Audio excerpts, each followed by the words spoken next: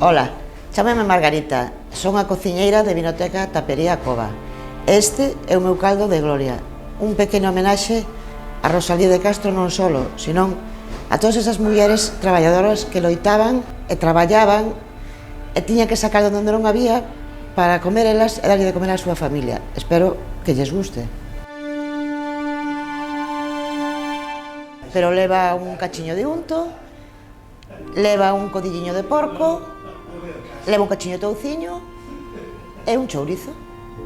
Logo, cunhas pouquiñas berzas, un repolo neste caso, unhas cenorias e unha pataca, pois o caldo penso que será bo.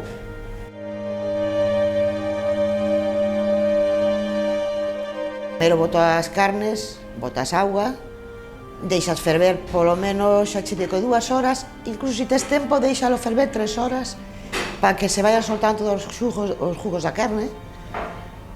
Logo añades as verduras e por último as patacas e deixar que se acabe de facer e nada máis.